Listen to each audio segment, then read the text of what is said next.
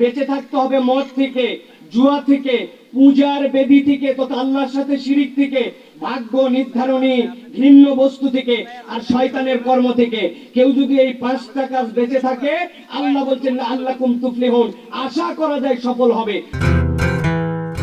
আমাদের এসএসসি এবং দাখিল পরীক্ষা পরবর্তী আমাদের যারা সামনের পথে এগিয়ে যাবে, আমাদের যে সকল ভাই এবং বোনেরা এখানে আসছেন, তাদেরকে আন্তরিক মোবারকবাদ জানাচ্ছি। আমি খুব সংক্ষিপ্ত সময়ে আপনাদের কাছে একটি গুরুত্বপূর্ণ বিষয়ের উপরে দিকপাত করার জন্য চেষ্টা করব। আমি অনুরোধ করব, খাওয়া দাওয়া সব চলবে, এই চলার সাথে সাথে আমরা খুব গুরুত্বপূর্ণভাবে কথাগুলি শুনব। মুসলমানদের জীবনে এমন একটি মোটিভেশন আছে, এমন একটি আমরা প্র্যাকটিস করি যেটা পৃথিবীর আর কোনো জায়গায় এই প্র্যাকটিসটা নাই। দুনিয়ার সকল কাজ থেকে ফারেক হয়ে অন্যরা মনোযোগ বৃদ্ধির জন্য চেষ্টা করে, যোগা করে, অনেক কিছু করে, কিন্তু আমরা একমাত্র কাজের মধ্যে থেকেও যোগার প্র্যাকটিস করি, আমরা সর্বোত্তম ভাবে প্র্যাকটিস করতে পারি, সেটা হচ্ছে আমাদের সালাত। সব কাজ থেকে কিন্তু মনোযোগ রাখতে হয়, দুনিয়ার ইতিহাসে এটাই সবচেয়ে বড় মনোযোগ বৃদ্ধির উপায়। সুতরাং আমরা যে কাজই করি সাথে এই কথাগুলি গুরুত্বের সাথে শোনার চেষ্টা করি। তারুণ্য বিধ্বংসী মাদকের ভয়াবহতা, আমি 5 মিনিটের মধ্যে কথা আমার গুছিয়ে শেষ করে দেব ইনশাআল্লাহ। মানব সভ্যতার ইতিহাস যদি আমরা পর্যালোচনা করি, তাহলে দেখতে পাবো যে মানব সভ্যতার সকল অবক্ষয়ের মূলে মানবীয় অপরাধ, পারিবারিক এবং সামাজিক অবক্ষয়, অসৎ এবং অসভ্যতা, এই তিনটি বিষয়ের মূলে ছিল তিনটে বিষয়। এর 1 নম্বর মাদকতা, 2 নম্বর অশ্লীলতা, 3 নম্বর জুয়া। এই জন্য সকল বিবেকবান মানুষ সর্বকালে মাদক এবং মাদকতার বিপক্ষে ছিলেন, কিন্তু সকলে এটাকে নিয়ন্ত্রণ করতে পারে নাই। আপনারা জানেন, বর্তমান মানব সভ্যতার ইতিহাসে যারা নিজেদেরকে সবচেয়ে বড় হিসাবে উপস্থাপন করে, সেই ইউএসএ 1920 সালে এটা বন্ধ করেছিল, আবার চাপের মুখে পড়ে 1933 সালে আবার মাদকতার লাইসেন্স তারা দিয়েছে। 2008 সালে WHO পরিসংখ্যান অনুযায়ী 76 মিলিয়ন তথা 8 কোটি মানুষ বর্তমান পৃথিবীতে প্রত্যক্ষভাবে মদ পানের কারণে রোগে ভুগছে। মার্কিন জনগণের 15% মানুষ আজকে মাদকতায় আসক্ত এবং এ সংক্রান্ত রোগ দ্বারা সরাসরি তারা জড়িত। WHO আমাদেরকে যে পরিসংখ্যান দিয়েছে, সেখানে তারা বলছে পুরা পৃথিবীতে যত ধরনের রোগ বালাই হয়, এর 3.5% রোগ বালাই সরাসরি মাদকতার কারণ থেকে উৎপাদিত হয়। ধূমপান নিয়ে সারা পৃথিবী ক্যাম্পেইন করা হয়, কিন্তু আমরা আজব হয়ে যাই যে ধূমপানের বিরুদ্ধে যত কথা, কখনো আপনারা মাদকতার বিরুদ্ধে এত কথা শোনেন নাই।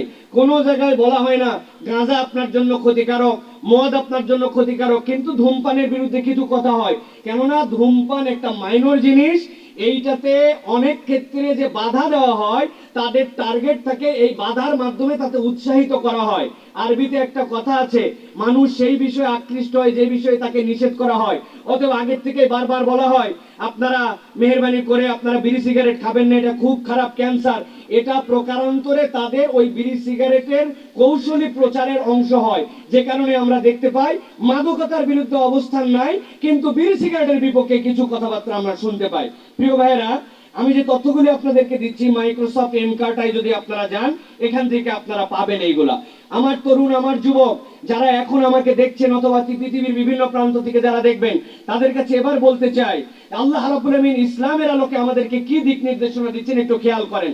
3টা আয়াতে কারিমা, সূরা বাকারা 219, এটা আপনাদের জন্য নোট থাকলে নোট করে নেন, পড়া দিলাম। আল্লাহ বলেন ইয়াসআলুনাকা আনিল খামরি ওয়াল মাইসির কুল ফীহিমা ইসমুন কাবীর ওয়া মানাফিউ লিন-নাস ওয়া ইসমুহুমা আকবারু মিন নাফইহিমা। আল্লাহ রাব্বুল আমিন এইটা আপনার আমার জন্য জানিয়েছেন যে জায়গায় মদ এবং মাদকতার ভয়াবহতা কতটুকু। আল্লাহ বলছেন সাময়িক উপকার পাইলেও এটার ভয়াবহতা তোমাদের জন্য বিরাট। আল্লাহ রাব্বুল আমিন এরপরে বলছেন ইয়া আইয়ুহাল্লাযীনা আমানু ইন্নামাল খামরু ওয়াল মাইসির ওয়াল আনসাবু ওয়াল আজলাম রিজকুম মিন আমালিশ শাইতান ফাসতানিবুহু লাআল্লাকুম তুফলিহুন। আল্লাহ বলছেন তোমরা পৃথিবীতে ততদিন পর্যন্ত টিকে থাকবে, আমি তোমাদের সফল হওয়ার একটা দিক নির্দেশনা দিলাম। কি দিক নির্দেশনা? তোমরা যদি 5টা কাজ থেকে দূরে থাকো, আল্লাহ বলছেন লাআল্লাকুম তুফলিহুন। আমরা সফল কাম হতে চাই কি চাই না?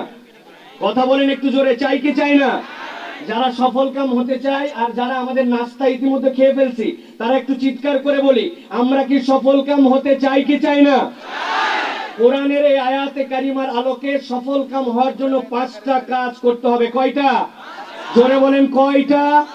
জোর হলো না, কয়টা?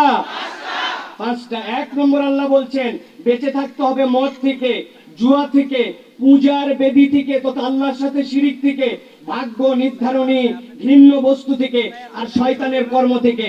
কেউ যদি এই পাঁচটা কাজ বেঁচে থাকে, আল্লাহ বলছেন আল্লাকুম তুফলিহুন, আশা করা যায় সফল হবে। সুতরাং সফলতার রোডম্যাপের প্রথম ব্যারিয়ার হচ্ছে মদ এবং মাদকতা।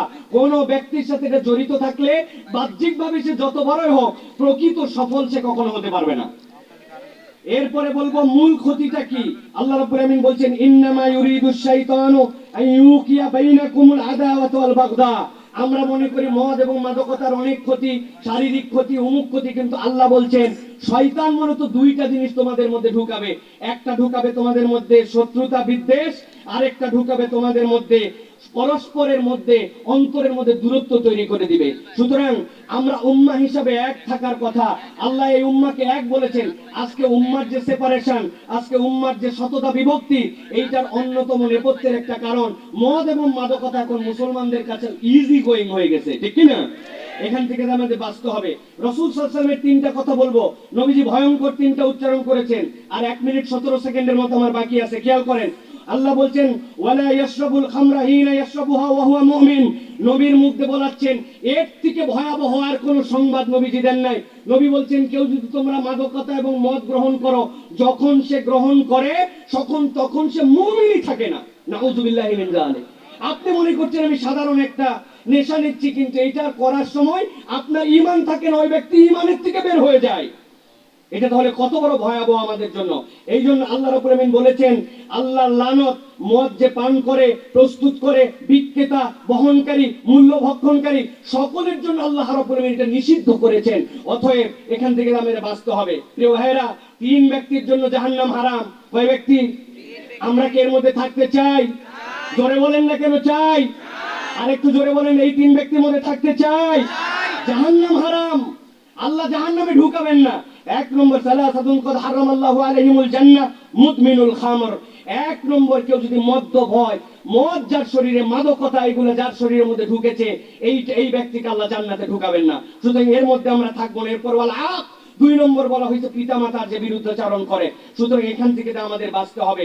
এই জন্য হাদিসে বলা হয় ইস্তানিবুল খামরা ফাইন্নাহা মিফতাহু কুল্লি শাই।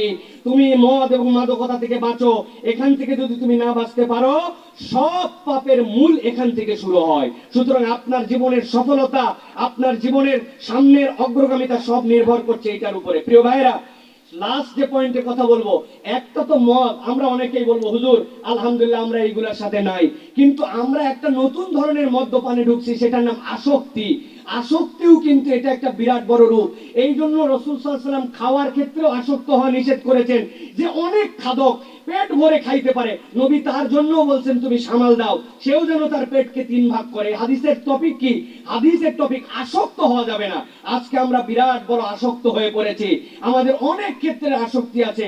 এর মধ্যে অন্যতম আসক্তি হচ্ছে শুরু থেকে আমরা সিগারেট দিয়ে আসক্ত গ্রহণ করি। এই আসক্তির ক্ষেত্রে বলি ভাই, একটু মাঝে মাঝে বাচ্চা কাচ্চা মানুষ একটু গ্রহণ করেছে, এত হার্ড বিষয় না। সুতরাং এইটার থেকে আমাদের আসক্তিটা শুরু হয়। আর দ্বিতীয় আসক্তি হয় আমাদের মোবাইলে। এই 2 আসক্তি আমাদেরকে ভয়াবহ রূপে নিয়ে যায়। আমি একদম টাচ বাই টাচ 7টা পয়েন্টের কথা বলি। এই 7টা বিষয়ে সতর্ক থাকলে ইনশাআল্লাহ আপনি আপনার পথকে সুগম করতে পারবেন। 1 নম্বর, বন্ধু নির্বাচনে সতর্ক হতে হবে। ইয়া লাইতানি লামাত্তাকিস ফুলানান খলিলা। ওই দিন যে যেন এই কথা বলতে না হয়, আল মারু আলা দীনি খলিলিহি। আমার বন্ধুকে হবে সতর্ক হতে হবে। ভাই, আমি যাদের সাথে ঘুরি, আমি খাই না, কিন্তু আমি ইন্টারমিডিয়েটে উঠার পরে এখান থেকে চলে যাব। কয়টা দিন ওদেরকে বিরক্ত করতে চাই না, জ্বালাতে চাই না, এই জন্য ওদের সাথে আছি। কিন্তু হুজুর আমি খাই না। আপনি 10 দিন পরে এই খাদকে রূপান্তর হবেন, এটাই বাস্তবতা। সুতরাং এইরকম কোন বন্ধুই আপনার থাকবে না, ঠিক না? 2 নম্বরে, বিরূপ পরিবেশে আড্ডা দেওয়া যাবে না। বিরূপ পরিবেশ, আপনার যেটা ইসলামের পরিবেশ না, ওই পরিবেশের সাথে আপনি মিশতে পারবেন না। 3 নম্বর, পরিবারের পিতা মাতা, চাচা, বড় ভাই তাদের থেকে আপনার পরামর্শ এবং তাদেরকে ইত্তেবা করতে হবে। কিন্তু ইনারা যদি মদ্যপ বা মাদকাসক্ত হন তাহলে আপনার জন্য বড় বিপজ্জনক। তখন আপনার স্থানীয় ইমাম হবেন আপনার অভিভাবক, তার পরামর্শ নিয়ে আপনাকে চলতে হবে। 4 নম্বর, সামাজিক এবং মানব কল্যাণের কাজে সম্পৃক্ত থাকতে হবে। ফাঁকা ব্রেন শয়তানের বাসা। আপনি খালি পড়ালেখা আর বাকি ঘোরাফেরা মধ্যে আপনার কোনো কাজ নাই। এই জন্য সামাজিক কাজের সাথে আপনাকে জড়িত হতে হবে। 5 নম্বর, পিতা মাতার অবাধ্য হওয়া যাবে না। 6 নম্বর, ধর্মীয় অনুশাসনে আপনাকে সম্পৃক্ত থাকতে হবে। 7 নম্বর, পাশ্চাত্য নাটক, মুভি, গেম, কালচার এইগুলোর থেকে আপনাকে নিজেকে জিরো টলারেন্স, শূন্য অবস্থানে যেতে হবে। এইটা আমার মোবাইলে থাকবে না, আমার আচরণে থাকবে না। যাদের মোবাইলে আপনাদের বিভিন্ন মিউজিক্যাল গান আছে, মিউজিক্যাল নাচিদ আছে, আপনাকে শপথ করতে হবে হাত তুলে, আজকের থেকে শপথ নিলাম এইগুলো আমাকে খারাপের দিকে নিয়ে যায়। কোন মুভি, কোন গান, কোন যদি শব্দযুক্ত নাচিদও থাকে আমাদের ফোনে মোবাইলে থাকবে না, এই চোখ দেখবে না। রাজি? হাত তুলে দেখাতে হবে। রাজি? আজকে ডিলিট করতে হবে। রাজি? ইনশাআল্লাহ আমরা এর সাথে থাকবো না। সর্বশেষ একটা কথা বলবো, আমাদের একটা ফুটানি আছে। আমি নিজেকেই নিজে স্মার্টনেসের মানদণ্ড হিসেবে দাঁড় করাইছি। আমি যা বুঝি এর দূর আর কেউ বোঝে না। এই ভাব আছে না আমাদের, এই ভাবের থেকে বের হতে হবে। আমি স্মার্টনেসের মানদণ্ড নয়। আব্দুল্লাহ জাহাঙ্গীর রহমাতুল্লাহ বলতেন যে কোরআন সুন্নাহ ফলো করে সেই হচ্ছে প্রকৃত স্মার্ট। আমি দুইটা পরামর্শ দিয়ে শেষ করি প্রিয় ভাইরা। অন্তরে তো শক্তি দরকার, বিনোদন দরকার। আপনি আপনার অন্তরের শক্তি একটা দিক দিয়ে অর্জন করতে পারবেন। ফাতেমা রাদিয়াল্লাহু তাআলা এসে বললেন, ইয়া রাসূলুল্লাহ, আমি জাতা ডলতে ডলতে হাত ব্যথা হয়ে গেছে, আমাকে একটুখানি একটা খাদেম দেন। নবী করিম সাল্লাল্লাহু আলাইহি ওয়াসাল্লাম তাকে কি বলছিলেন? নবী করিম সাল্লাল্লাহু আলাইহি ওয়াসাল্লাম তাকে বলেছিলেন, আলা আদুল্লুকুম মা হুয়া, সেটা কি তোমাদেরকে জানাই দিব না? তিনি 3টা তাসবিহ কথা বলেছিলেন, সুবহানাল্লাহ, আলহামদুলিল্লাহ, আল্লাহু আকবার। ঠিক না ভাই? আমরা মনে করছি বাবা এটা জব করবে, নবীজি এই জন্য একটা কৌশলে বুঝাই দিতেন। নবী কৌশলে বুঝান নাই। এই জিকির আপনার কেবলমাত্র মুখের জপ না। নবী করিম সাল্লাল্লাহু আলাইহি ওয়াসাল্লাম জানতেন তার আদরের কন্যার হাতটা পর্যন্ত নষ্ট হয়ে যাচ্ছে, তার শরীরের শক্তি ক্ষয় হয়ে যাচ্ছে। এই জিকিরের মধ্যে আপনার আমার জন্য শারীরিক শক্তিও আছে। যেই বান্দারা আল্লাহর জিকির করে আল্লাহ তার শরীরের মধ্যে শক্তি ঘটান, মনের মধ্যে শক্তি দেন। এই শক্তি আল্লাহর জিকির অর্জন করলে ইনশাআল্লাহ আমরা মাদকের দিকে যাব না, আমরা আল্লাহর জিকির বেশি করে করব ইনশাআল্লাহ। রাজি আছেন ইনশাআল্লাহ? আর 2 নম্বর, আল্লাহ রাব্বুল আলামিনের কুরআনুল কারীমের তেলাওয়াত এবং এর চর্চা করা। এইটার মধ্যে আল্লাহ রাব্বুল আলামিন আপনার আমার জন্য শক্তি ঢুকাই দিয়েছেন। সুতরাং আসুন, মদ এবং মাদকতার ভয়াবহতা আমরা সকলেই জানি, কিন্তু কিভাবে বাঁচবো, কিভাবে আমরা এখান থেকে দূরে থাকবো, এর জন্য সবচেয়ে বড় বিষয় মোটিভেশনের মধ্যে থাকা। মানুষ বারবার পিছিয়ে যায়, আবার সে অগ্রগামী হয়। আমি আমার ভাইদেরকে, তরুণদের মধ্যে দেখতে পাচ্ছি, এরা বাংলাদেশের আগামী, এরা বাংলাদেশের এমন এমন জায়গায় যাচ্ছে যেখান থেকে আলহামদুলিল্লাহ এই দেশকে পরিবর্তনের শপথ নিয়ে এই ছেলেগুলো আগাবে। সেই ছেলে যদি এই ক্ষুদ্র বিষয়ে ঢুকে নিজের ভবিষ্যৎ নষ্ট করে দেয়, এর থেকে বড় হতাশার কিছু নাই। আমরা হয়তো দুনিয়ায় থাকবো না, কিন্তু আপনাদের মনে থাকবে 20 বছর পরে আপনারা দেখতে পাবেন যে আজকের দিনের মূল্যায়ন, আজকের দিনের কথাগুলোর কত দাম। আল্লাহ আমাদেরকে বোঝার তৌফিক দান করেন, আজকের উদ্যোগকে বাস্তবায়ন করেন। আমার এই ভাই বোনদেরকে আল্লাহ রাব্বুল আলামিন তাদের মেধা, তাদের যোগ্যতাকে কাজে লাগায় বাংলাদেশকে পরিবর্তন করার জন্য, দুনিয়াকে পরিবর্তন করার জন্য এক একটা আদর্শ মানুষ হওয়ার তৌফিক দান করেন। هذا ما عندي والعلم عند الله سبحانك اللهم بحمدك أشهد أن لا إله إلا أنت أستغفرك وأتوب إليك والسلام عليكم ورحمة الله وبركاته